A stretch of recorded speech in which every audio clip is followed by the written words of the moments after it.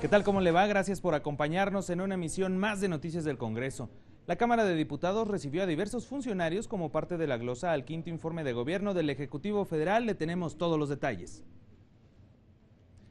Como lo establece el segundo párrafo del artículo 69 y de conformidad con el artículo 93 de la Constitución, el titular de la Secretaría de Comunicaciones y Transportes compareció el 28 de noviembre ante las Comisiones Unidas de Infraestructura, de Transportes y de Comunicaciones de la Cámara de Diputados, en donde dio cuenta de la política federal en la materia. ¿Protesta usted decir verdad ante estas comisiones de comunicaciones, de transportes y de infraestructura, a la que comparece con motivo de la glosa del quinto informe de gobierno del Estado que guarda la Administración Pública Federal, presentado por el ciudadano presidente de la República, Enrique Peña Nieto? Sí, protesto. En su exposición inicial, el secretario Ruiz Esparza destacó que al tomar el cargo, entre sus objetivos se encontraba iniciar la construcción del nuevo Aeropuerto Internacional de México y ampliar otros aeropuertos saturados, ampliar y modernizar la conectividad carretera estratégica, impulsar el mercado aeronáutico comercial, realizar el tren de pasajeros y reactivar la inversión pública-privada en ferrocarriles de carga. Los proyectos y acciones concretas del Programa Nacional de Infraestructura se sintetizan específicamente en 52 autopistas y 80 carreteras con un total de 6.500 kilómetros, 56 libramientos y 50 distribuidores, la ampliación de los 10 accesos más importantes a la Ciudad de México, la construcción del nuevo Aeropuerto Internacional de México, duplicar la capacidad operativa de nuestros puertos marítimos de 260 a 520 millones de toneladas, lo cual incluye la construcción de los nuevos puertos de Veracruz y de Tuxpan. Añadió que gracias a la reforma constitucional de telecomunicaciones avalada en el Congreso de la Unión, se permitió implementar la transición a la televisión digital terrestre, ubicando a México como el primer país en América en concluir totalmente el apagón analógico. Esto permitió liberar la banda 700 MHz y avanzar en el proyecto de la red compartida, una red mayorista 4G que se desplegará a nivel nacional, llevando internet y telefonía móvil a más de 110 millones de mexicanos y a 111 pueblos mágicos. Gracias a la reforma, a través del programa México Conectado, hemos habilitado sitios públicos con internet gratuito en todo el país.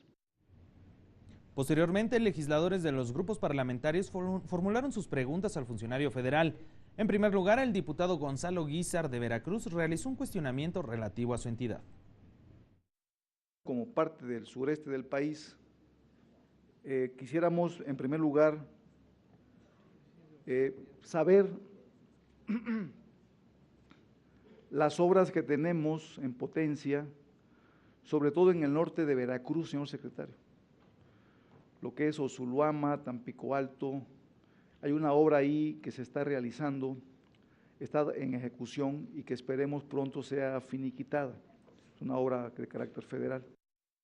Dos autopistas muy importantes, la Tuxpan-Tampico, que recibimos la preocupación y el comentario de su terminación y que yo aquí le puedo comprometer, y lo hago ante usted y los veracruzanos, que en el mes de diciembre esta autopista, Tuxpan-Tampico, seguramente tendrá una etapa y en el mes de abril, mayo a más tardar, será concluida al 100%.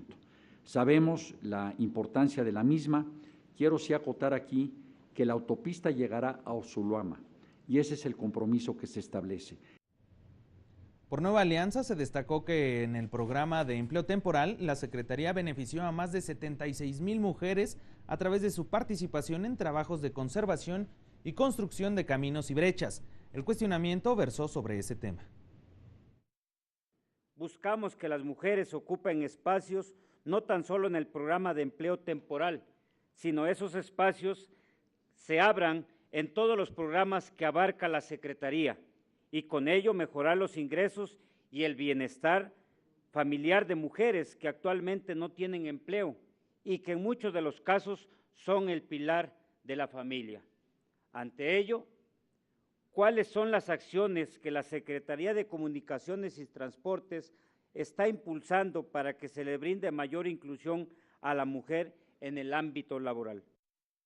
Tenemos una parte muy grande del personal, más del 35%, aquí el oficial mayor me podrá corregir, de personal femenino que nos ayuda en todas las labores. Yo personalmente, en mi trabajo, mi equipo está conformado por muchas mujeres de altísima calidad, la subsecretaria Mascota, anteriormente estaba la subsecretaria Aspe, de altísima calidad, de altísima capacidad técnica, y creo que esto también es reflejo de esa vocación. En su participación, el grupo parlamentario de Morena cuestionó la postura de la Secretaría de Comunicaciones y Transportes frente a empresas de Grupo IGA y OHL y se refirió en particular a las irregularidades en la construcción del nuevo aeropuerto de la Ciudad de México. Y le recuerdo sobre… ¿Qué acaso no piensa usted que con la construcción de este aeropuerto los municipios que están alrededor han sufrido daños? ¿Que no se ha considerado, aunque sea un poco, la necesidad de un fondo de compensación por estos daños? Es el principal centro de empleo de México. Hay más de 40,000 empleos generados sobre todo de personas de aquella región que necesita crecer, porque si bien tiene el 25% de la población, es una población con muy bajo ingreso. Hay una obra hidráulica que va a beneficiar a toda la región, va a evitar inundaciones y va a generar un gran beneficio hidráulico. Se están generando importantes recursos en toda esa zona. La fracción del Partido Verde Ecologista de México cuestionó al funcionario sobre el proceso de licitación del Paso Exprés de Cuernavaca, Morelos. La Secretaría de la Función Pública ha señalado recientemente que la Dirección General de Carreteras, así como la delegación en Morelos, realizaron el proceso de licitación y adjudicación del Paso Exprés de Cuernavaca sin contar con proyecto ejecutivo. Es un tema sensible que me gustaría si nos pudiera aclarar si existió o no existió dicho proyecto ejecutivo. Precisamente con el testimonio del testigo social que la propia Secretaría de la Función Pública envió para ser testigo desde antes de la licitación hasta el fallo y la contratación del proyecto, esa es la función del testigo social. Él mismo acreditó que las 23 propuestas que se entregaron de los que participaron en la licitación del Paso Exprés fueron 23 consorcios. En su oportunidad, la fracción del PRD se refirió al desarrollo de la infraestructura de carreteras alimentadoras y caminos rurales. Celebró el total de recursos que se destinaron a Oaxaca para su reconstrucción e hizo un llamado al funcionario. Quiero pedirle a usted que pues nada más le queda a usted también el próximo año, 2019, pedirle que a todos los estados del sur-sureste, que son los estados más pobres del país, que se les deje un recurso realmente considerable como este recurso que va a Oaxaca del año 2018. Creo que uno de los puntos más importantes para el desarrollo de Oaxaca, y le pido su apoyo y el apoyo de todos los oaxaqueños, es que logremos consumar estos dos grandes proyectos de las autopistas que estoy cierto que van a cambiarle radicalmente la situación económica al estado de Oaxaca. La del Istmo y la de Huatulco, que van a permitir llegar en un breve tiempo por una autopista muy segura. El grupo parlamentario del PAN se refirió al estado que guardan las carreteras nacionales, ya sea por los desastres naturales o flujos vehiculares. Nosotros consideramos que debemos de poner un énfasis muy importante en el tema de reconstrucción, de conservación, porque de no ser así, creemos que podemos tener un gran problema de carreteras totalmente deterioradas. La verdad sí es una preocupación importante, y usted lo marca muy bien, no solamente construir carreteras, sino mantener la red carretera, conservar la red carretera. Y efectivamente el presupuesto ha ido a la baja, y efectivamente parte de los recortes que hemos tenido y que ya en mi anterior comparecencia aquí explicaba yo que éramos solidarios con estos recortes precisamente por toda la estabilidad de la política macroeconómica. Finalmente, el grupo parlamentario del PRI dijo que las obras de infraestructuras comunican más y mejor a los mexicanos, pues el 98% de pasajeros y 80% de mercancía se movilizan a través de las carreteras. Es necesario replantearnos las políticas de movilidad de nuestras grandes zonas metropolitanas. Y aquí me quiero referir especialmente al Valle de México, donde se concentra la mayor parte de la vida económica, social y política de nuestro país. Desarrollar vías eficientes que permitan aliviar el congestionamiento de y hacia las ciudades, y en particular a la Ciudad de México, debe ser una prioridad del gobierno federal. En el caso del centro del país, también la preocupación no solamente por la construcción del nuevo aeropuerto, sino por la saturación que ya teníamos en todas las vías alrededor de la Ciudad de México. Planteamos desde el inicio de la administración la ampliación de las principales vías, o si acaso de todas las vías que conectan a la Ciudad de México. Tenemos así la ampliación de la México-Puebla, de la México-Pachuca, de la México-Toluca. También otros funcionarios acudieron a la Cámara de Diputados para rendir su comparecencia con respecto a la glosa del quinto informe de gobierno del Ejecutivo Federal. Todos los detalles se los platicamos después de esta pausa. Regresamos.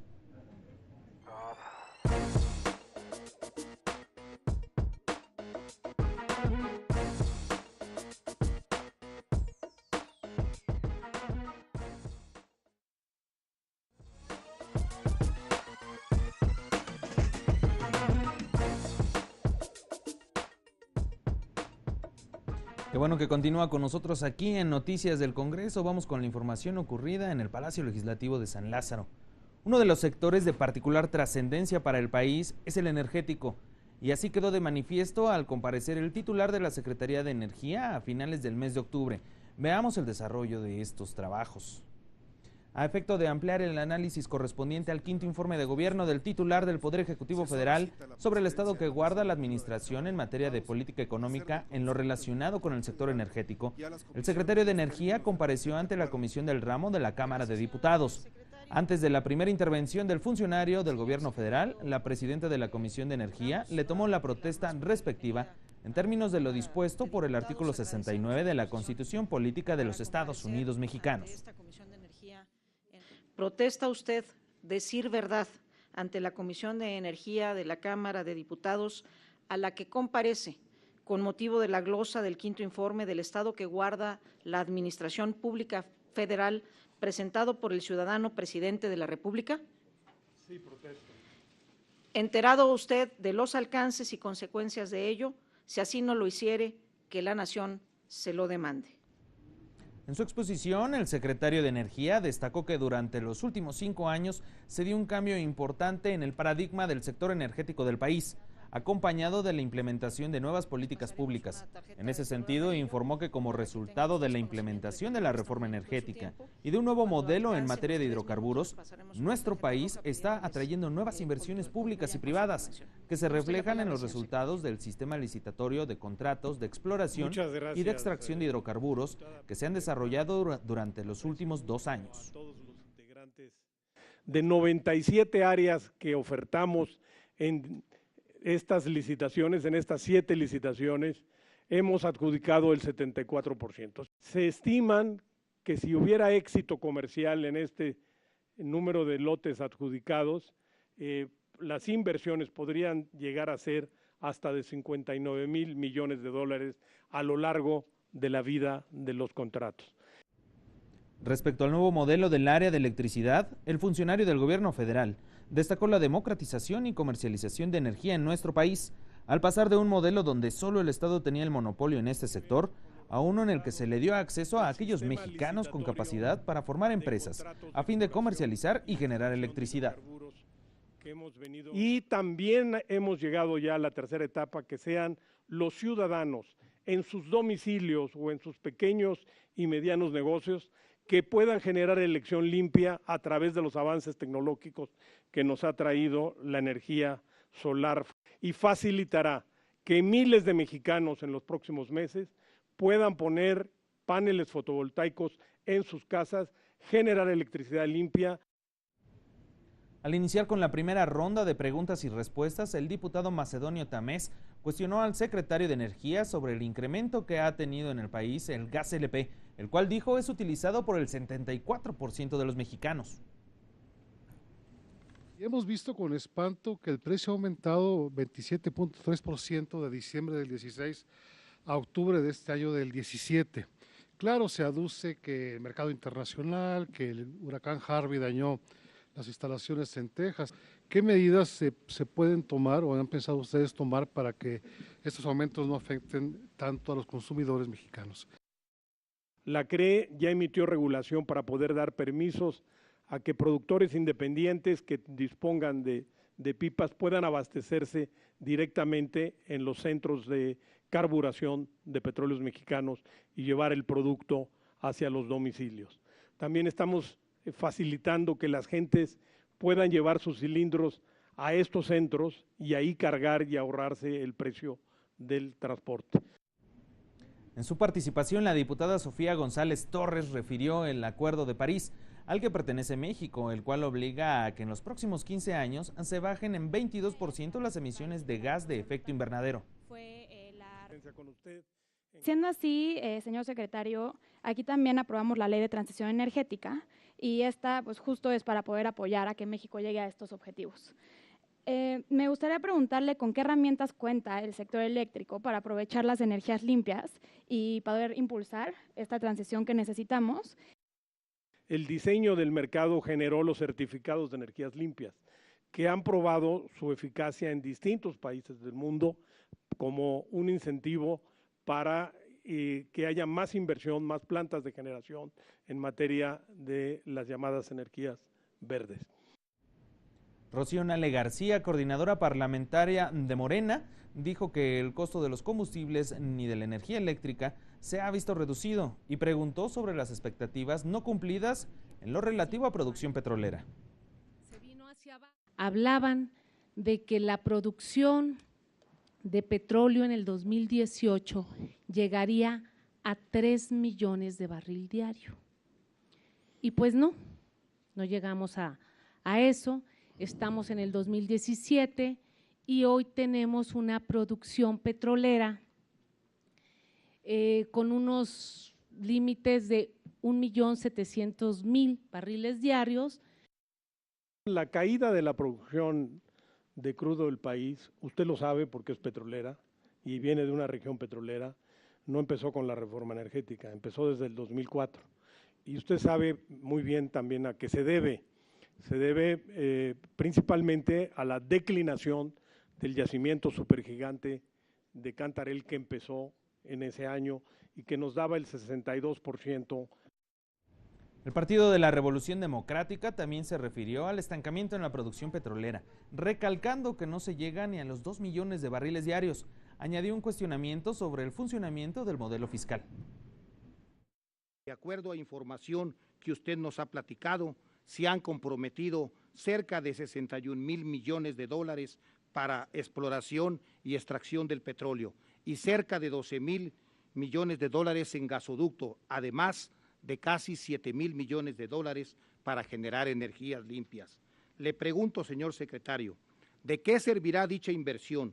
Comprometer y compartir la renta del sector si no se acompaña de modificaciones al modelo fiscal que tienen las empresas productivas del Estado. Le permite a Pemex el régimen fiscal al cual usted se refirió. Si migra sus contratos, si migra de asignaciones a contratos, puede migrar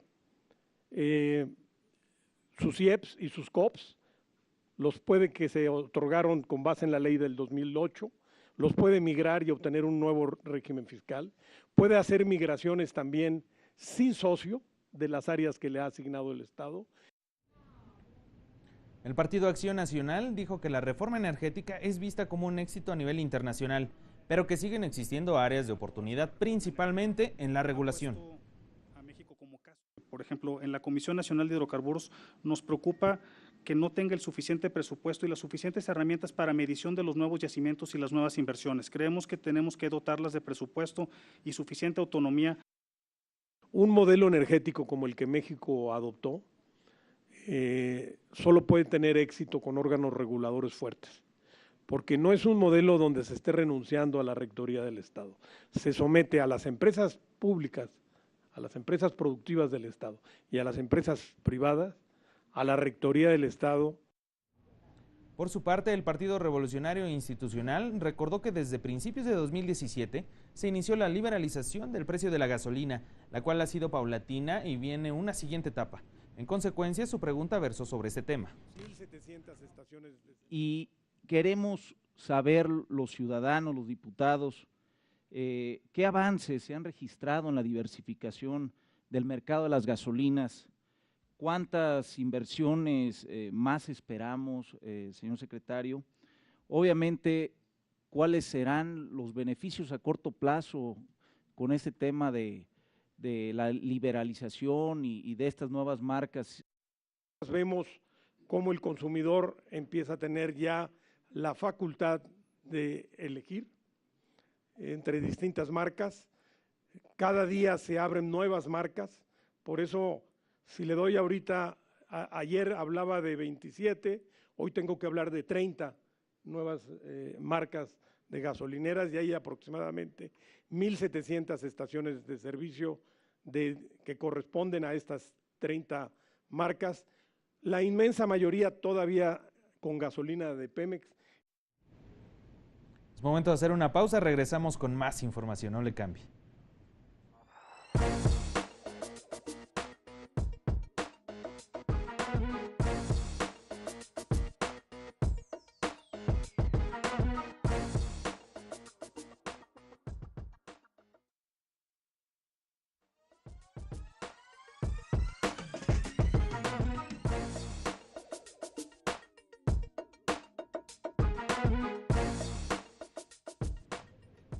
Estamos de regreso en Noticias del Congreso, qué bueno que continúa con nosotros.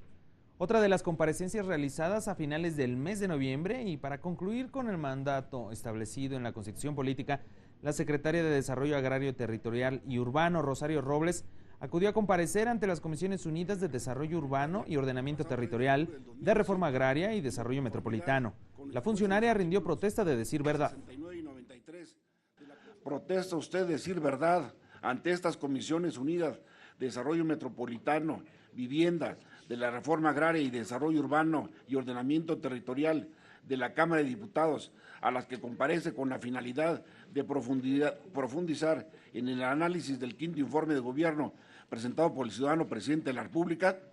Sí, protesto. ¿Enterada usted de los alcances y consecuencias de ello?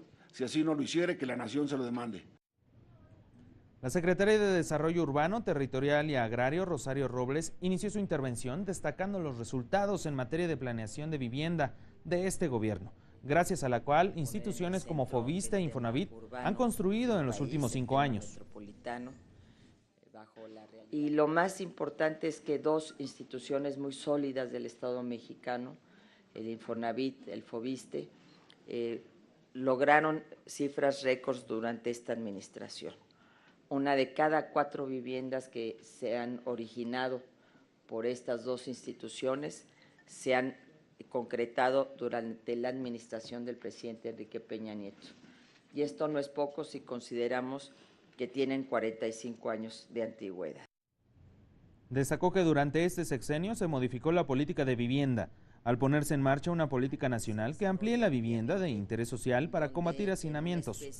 Informó que la SEDATU ha implementado 4 millones de acciones en la materia. Ha crecido el Producto Interno Bruto, una industria de la vivienda que se encontraba en crisis, hoy es una industria pujante.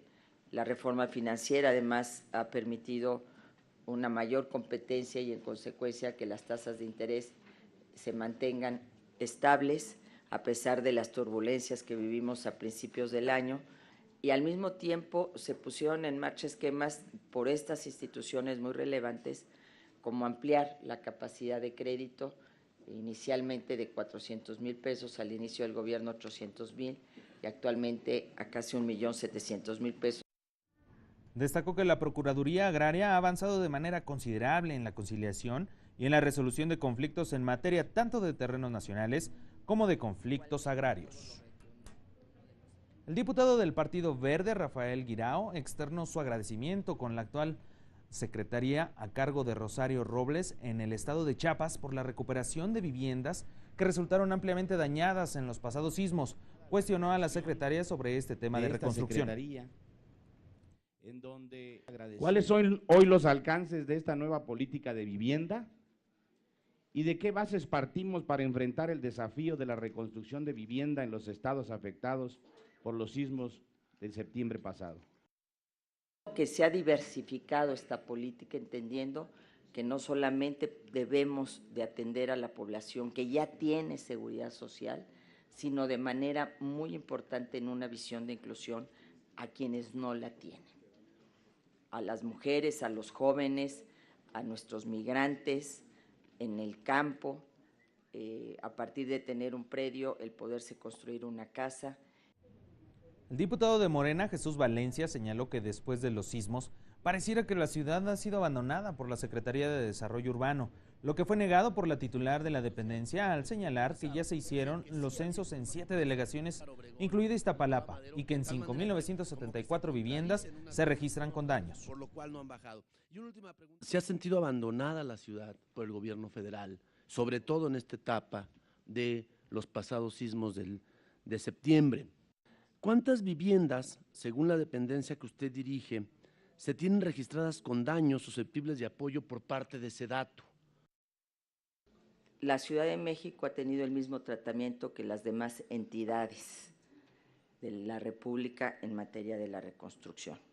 Nosotros hemos levantado un censo en coordinación con el gobierno de la ciudad, con el jefe de gobierno y con los delegados, de 8 delegaciones, que son las que entraron bajo los criterios de Fonden en el sentido de la población cuyos ingresos permiten que el Fonden apoye. La diputada del PRD, Olga Catalán, se refirió a los señalamientos formulados por la Auditoría Superior de la Federación en el informe de la Cuenta Pública 2016, en el que la SEDATU resultó ineficiente en el desarrollo de programas aprobados en el presupuesto de egresos de la Federación para dicho ejercicio. La legisladora habló también sobre la opacidad en la distribución de recursos. En el presupuesto de egresos, ¿qué medidas sustantivas se han tomado para corregir estas deficiencias en la aplicación de los recursos? ¿Y qué seguridad puede ofrecer de que las malas prácticas administrativas que sigue la SEDATU no se van a repetir en la entrega de recursos a los afectados por los sismos de septiembre pasado? Yo me guío por el órgano encargado constitucionalmente de evaluar, que es la Coneval. Porque la Auditoría Superior tiene que evaluar el presupuesto y su ejercicio, pero los resultados nos los da Coneval, y Coneval, los indicadores en materia de vivienda han bajado durante este sexenio, lo que ha permitido mejorar las condiciones de vida de las personas. Esto es algo muy importante.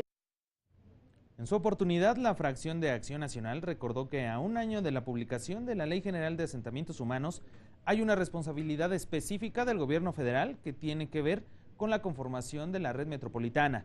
La diputada Ingrid Krasopani-Shemelevsky Castro lamentó el recorte presupuestal que se ha hecho a esta secretaría.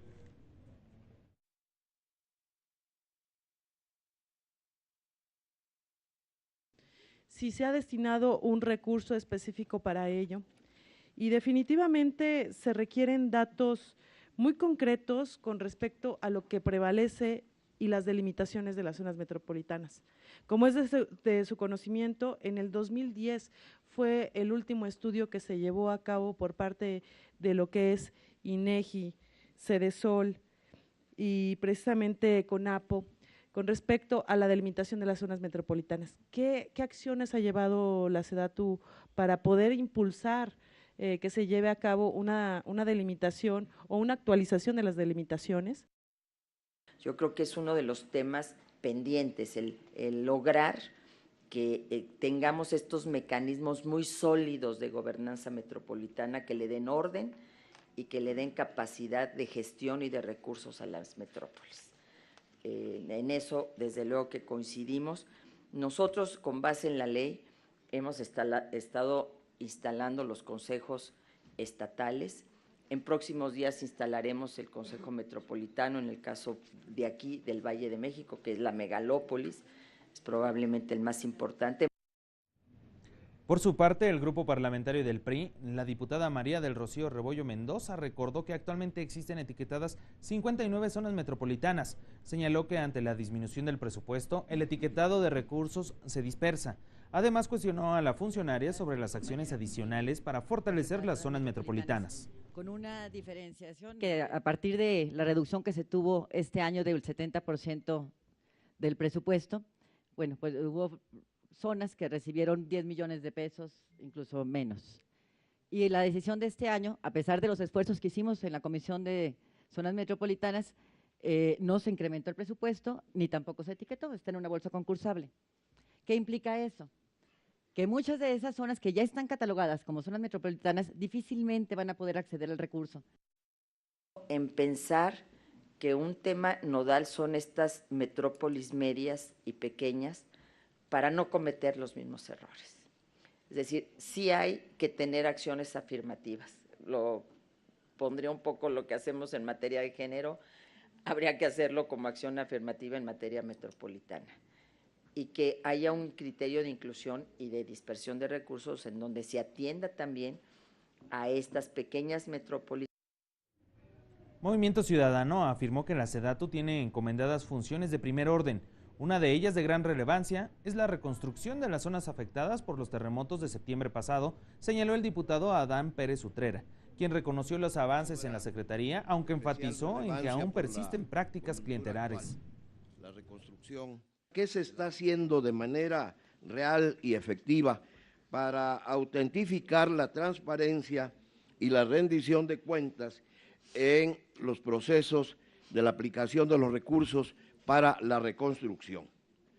Y aparte, tanto en la Comisión de Reforma Agraria y desde la tribuna, un servidor ha insistido, y lo seguiré haciendo, en el sentido de que el sector rural ha sufrido un deterioro progresivo en las últimas décadas.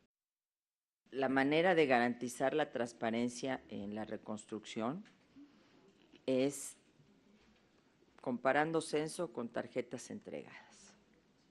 El censo tuvo un folio y mire, usted dice que ha hecho la SEDATU. Para empezar, fuimos responsables de los estados. Nosotros vivimos 1 mes y medio en Oaxaca, nos salimos de ahí, tenemos los 8 estados en reconstrucción de vivienda y todo este equipo que usted ve estuvo viviendo en todas las entidades afectadas. Vamos a una pausa y regresamos con más actividad en el Palacio Legislativo de San Lázaro. No le cambie.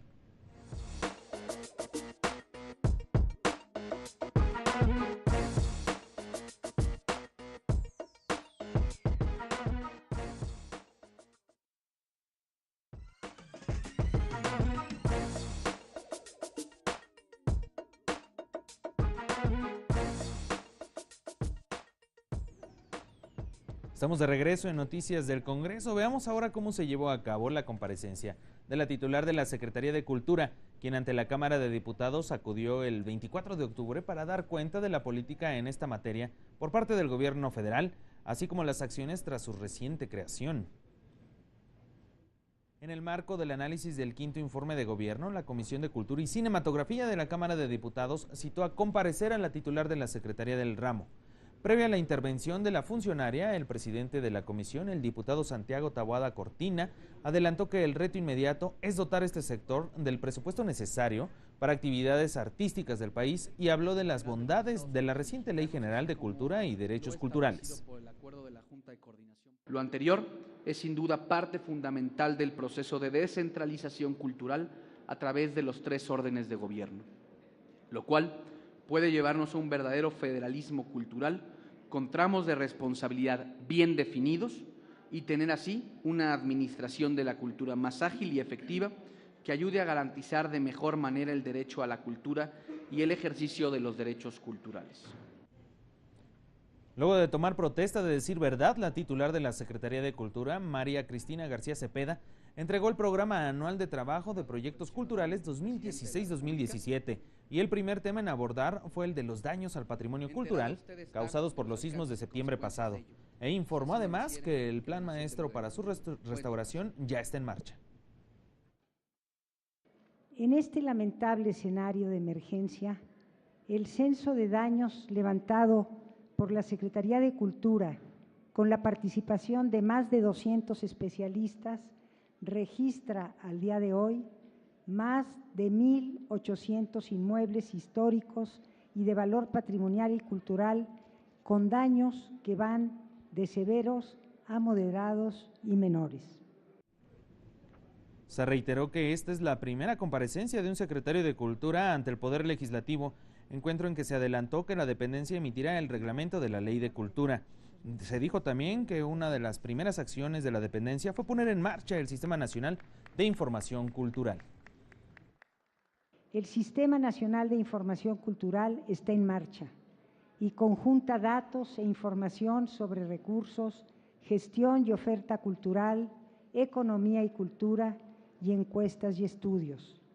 Se trabaja ya con las instituciones culturales de los estados para ampliar su alcance a nivel nacional. La funcionaria también se refirió al denominado Vale de Cultura, que atenderá a regiones vulnerables y aprovecha las políticas de gratuidad existentes. Y reiteró además que pese a ajustes presupuestales sufridos en 2017, se realizaron más de 2.130 actividades diarias en todo el país. Luego de escuchar a la titular de la Secretaría de Cultura, los grupos parlamentarios coincidieron en que la cultura unida a la educación enriquece y complementa la formación integral de las personas, además de que brinda identidad, orgullo y pertenencia. Cuestionaron a la funcionaria en diversos temas. Pero a sabiendas que son parte vinculante del sector educativo, le pregunto, señora secretaria, ¿qué acciones tiene previstas para fortalecer el reconocimiento y aprecio de la diversidad cultural y lingüística de México al interior del sistema educativo nacional? Contempla una propuesta de 11.700 millones de pesos en total para el sector cultural. Esto es una disminución de 6.800 millones de pesos en un periodo brevísimo de tan solo 3 años. Eso significa un recorte de prácticamente, agregando los efectos inflacionarios sobre el dinero, de 80% en 3 años de disminución del presupuesto de la inversión en cultura. El Tratado de Libre Comercio se encuentra en un proceso de renegociación. Es incierto cuál va a ser el resultado de dichas negociaciones. En materia cultural hay diversas cuestiones involucradas, como por ejemplo la industria cinematográfica. No demostró contar con los criterios para determinar el uso de las tecnologías de la información para promover y difundir la cultura. Presentó inconsistencias en la selección de la población que presenta la necesidad o problema que justifica la existencia del programa. No comprobó la metodología para cuantificar a los beneficiarios del programa. El proyecto de presupuestos de egresos de la Federación para el 2018 contempla solo 11.466.2 millones de pesos para el sector cultura. ¿Estos recursos son suficientes para su operación? ¿Por qué no se gestionó una mayor cantidad de recursos? Y previo a la creación de la Secretaría de Cultura, vimos diversas manifestaciones, participaciones e intervenciones de algunos integrantes de los diferentes sindicatos que representan por parte de lo que antes era el Consejo Nacional para la Cultura y las Artes. A 2 años de haberse aprobado y hoy ser una secretaría, ¿de qué manera han abordado este tema y qué seguimiento le van a dar, secretaria? Tenemos que hacer una pausa, regresamos ya con más información.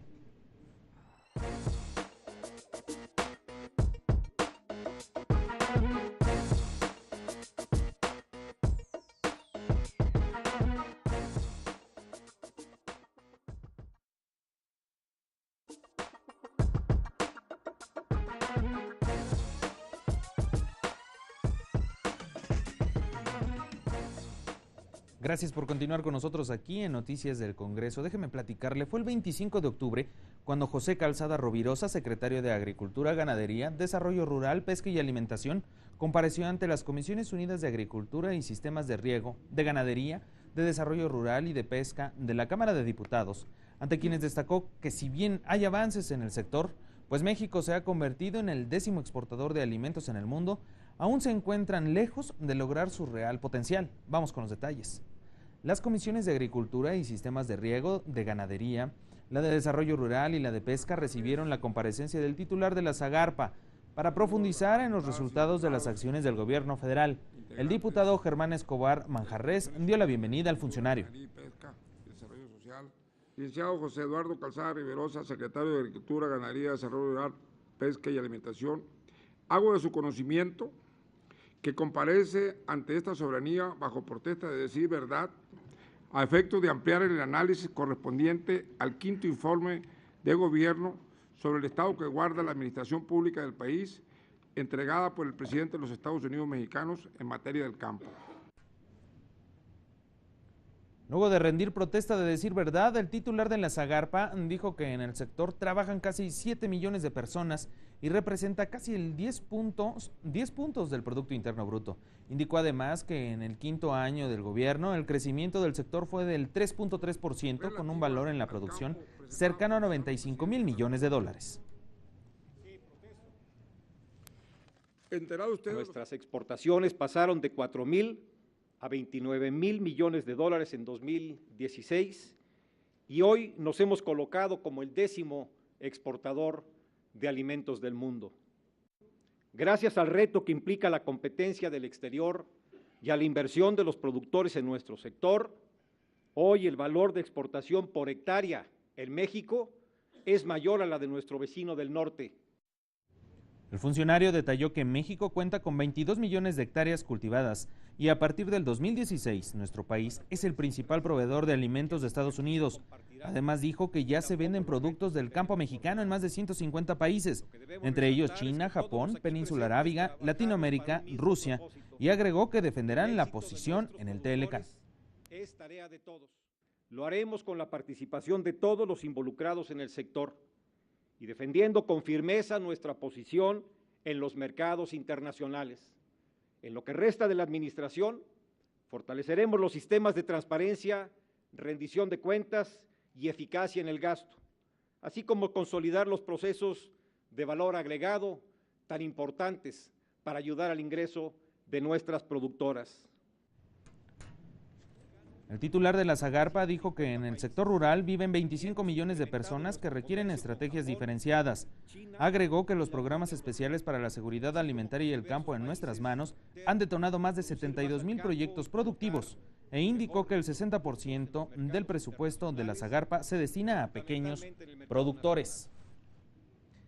En la participación de los diversos grupos parlamentarios se destacó el papel de los productores, a quienes se les hizo un reconocimiento por hacer un gran esfuerzo para enfrentar las adversidades en materia de agricultura.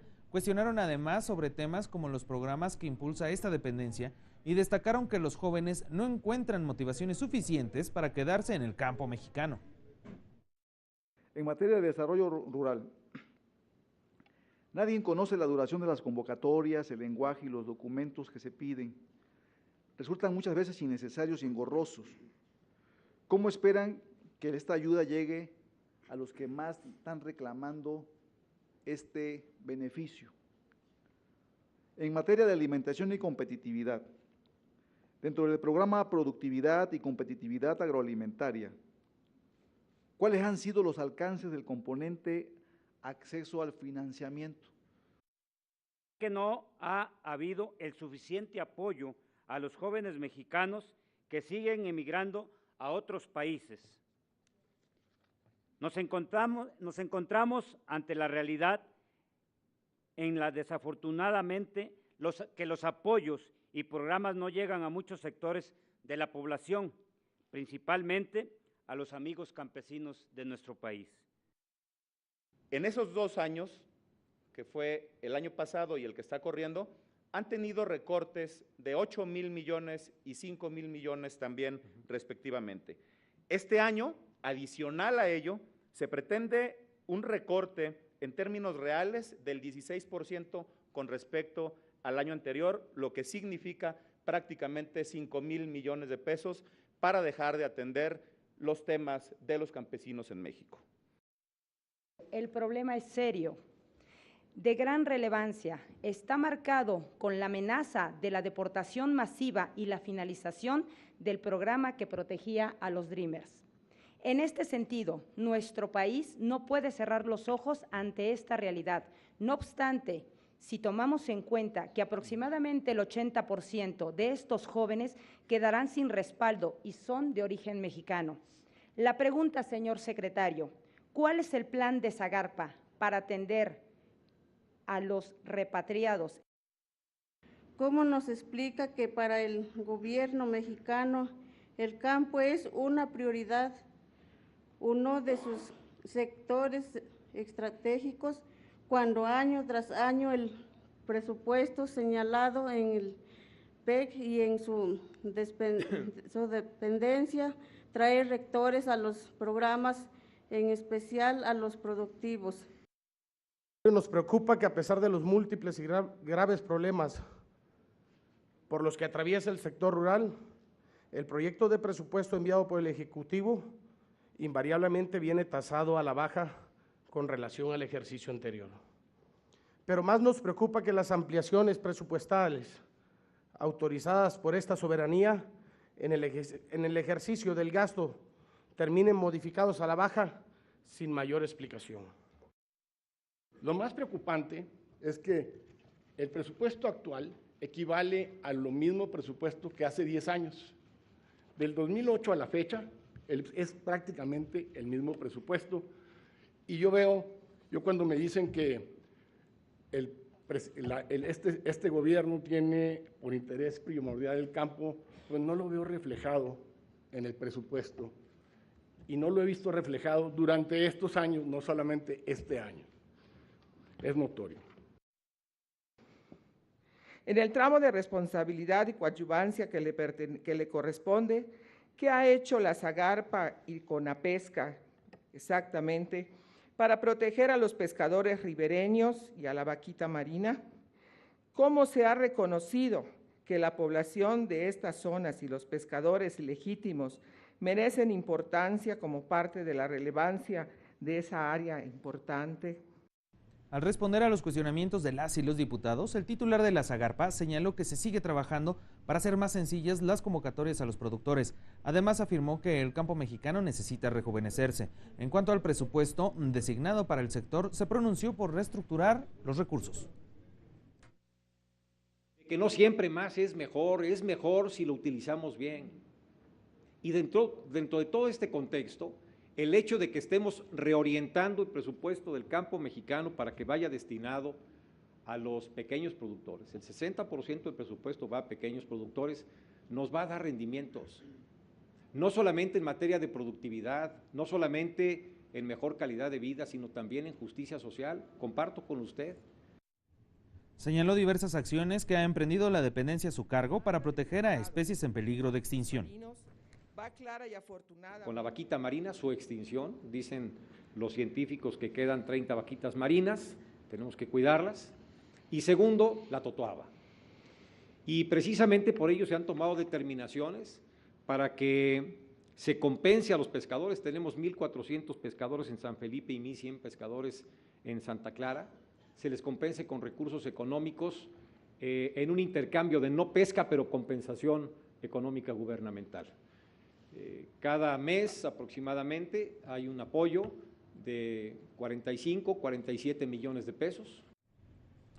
Recuerde visitar nuestras diferentes redes sociales por Twitter, @NoticiaCongreso. Esperamos sus sugerencias y comentarios. Además, ahí podrá consultar el trabajo que se realiza en ambas cámaras del Congreso de la Unión. Eso es todo en Noticias del Congreso. Como siempre, agradecemos que nos haya acompañado. Cuídese mucho, sea feliz. Hasta pronto.